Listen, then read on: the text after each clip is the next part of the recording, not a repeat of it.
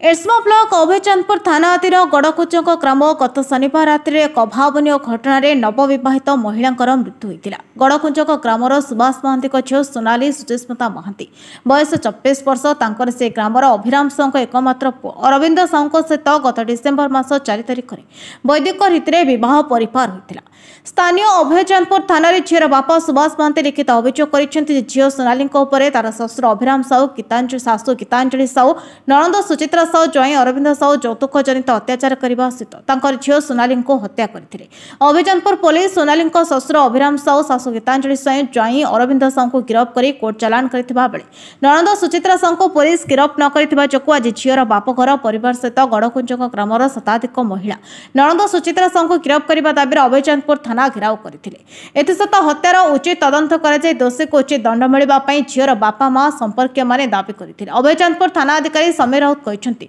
7 घंटा भितर 3 जण आसामी मानक गिरफ्त कराई कोर्ट चालान करा सब व्यवस्थित रिपोर्ट आसवा पर आईन अनुसार कार्यानुष्ठान ग्रहण करा। आपण माने पुलिस उपर विश्वास भरोसा रखतु। पुलिस निरपेक्ष भाव तदंत जारी रखिछि बोली थाना अधिकारी श्रीयुक्त राउत प्रतिश्रुति देबा पर महिला माने धारणा ओहरी जाइथिले।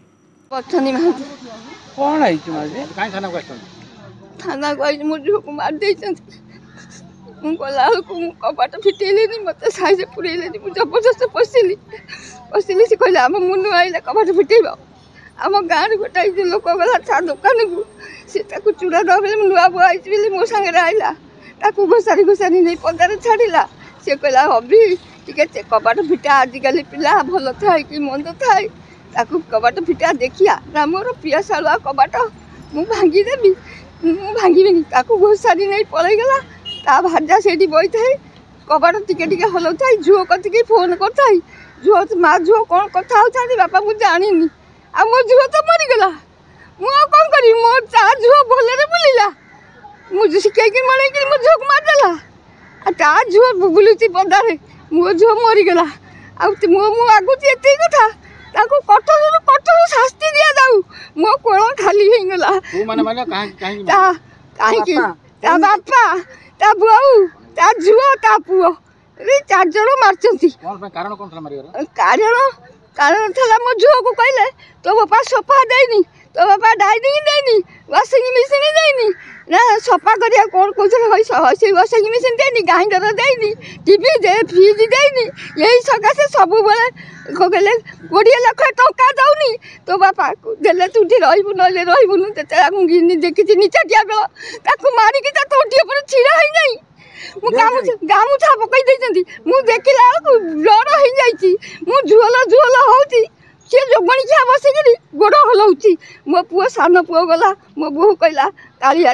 बो कौन हो मो झुआ झुआ आइलु ना से दियर भाज गले जमी गले से जोगणिया गोड़ हाथ गोड़ गोड़ पकई हलाऊँ पाई जाइए कम पाई जाइए हाथ हल्कि कहूँ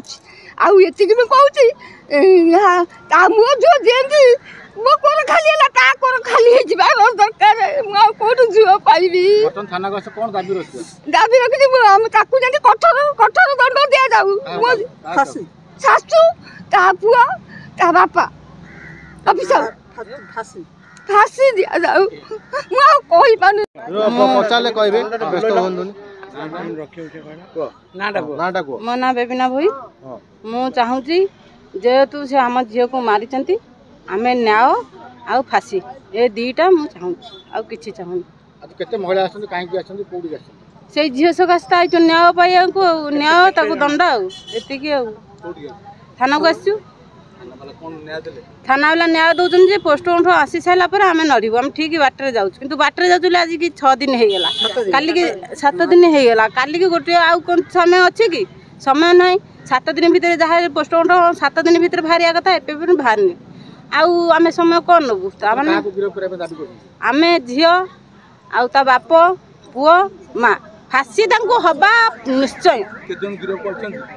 से बाप पुओ माँ 4 जण झील आउ 4 जण को झील जाई नाही झील बुलुची बाप माँ पुओ अरेस्ट होइचंती आउ तो झील अछि बुलुची आउ झील तो मन भिले ना आउ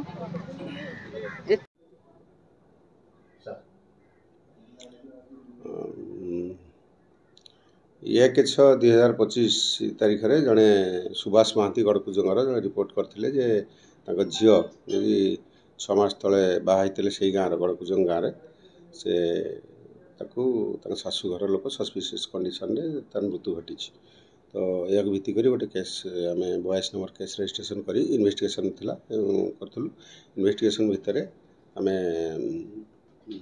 से जो तार हजबैंड थिला हजबैंड ता ना हूँ अरविंद साहू से झीर ससुर अभिराम साहू शाशु जी थिला अरेस्ट कर फरवर्ड कर भी पोस्टमार्टम इनक्वेस्ट पोस्टमार्टम पठाई। पोस्टमार्टम रिपोर्ट आसिले प्रकृत मृत्युर कारण जना पड़ो तापर फर्दर इन्वेस्टिगेशन से माने आसी जे फर्दर आउ जन ना एलिगेशन थिला ननंद जे कि तांकर गिरफ पर तथापि इन्वेस्टिगेशन अंडर चली तार इनवॉल्वमेंट के दूर अच्छी से एंगल को सब एंगल को वेरीफाई करी तापर एक्शन निहा।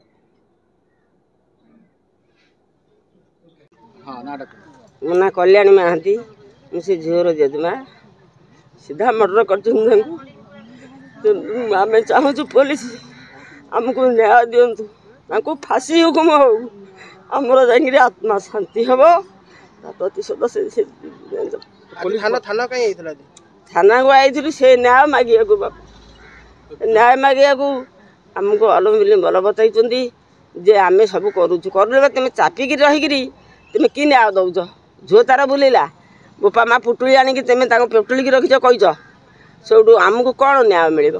क्या 3 जन को अरेस्ट कर आउ जन झील बुलूँ बाहर ससुर शाशु पुओ ये 3 जन झील को दाबी करूँ आम झील अरेस्ट हो शेष ये फाँसी नियंतु से जमी आम कूल शून्य शून्य आज से कहते आम बुझे तो रिपोर्ट देखिले कहबू आम ठीक बाटे आम दौचु पोस्टमार्टम देखिए आम ठीक लाइन चलचु तुम आमको डिस्टर्ब करना तुम ये पलि जा जे पर्यटन पुलिस न्याय न दे आम ये बसिक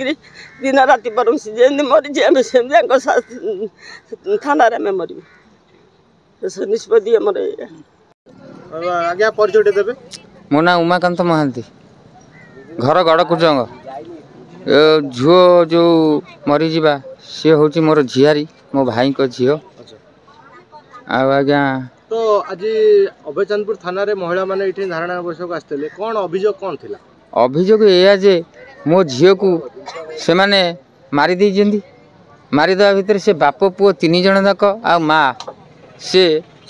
अरेस्ट होइजंदी किंतु तांको झील जो 4 जन को ना रे आमे एफआईआर देइथिलु से 4 जन भितर 3 जन अरेस्ट होइजंदी आउ जड़े ता झुओ जी झुओ एवं जुआई से बाहर पूरा खोलाम खोलाम बुलुचंती सेतिपाई आमे अभिपुर चांद थाना को आसी या घेराव करचु जे सेमानकु तुरंत अरेस्ट करा जाऊ को मान जणे जे रही गले जे ताक ननंद को अरेस्ट करा जाऊ। तो बाकी जो तदंत सापेक्ष अच्छी तदंत रिपोर्ट आसला पर थाना वाला कहउछन कार्यानुष्ठान नेबे अभिचानपुर आइस कहउछन से संपर्क कोन आ थाना वाला कोन कहले आमे कहउछु तांकु दाबी रखिछु जे सेमानकु कठोर कठोर शास्ति दिया जाऊ सेमानकु फांसी दिया जाऊ कारण मो झियो तो मरी गला सेमाने रही कि कौन हम मोर एटा दाबी रही मो झियो मरी जाई भाई। एड समर तन्मय कुमार सेटिंग का रिपोर्ट नायबती टीवी।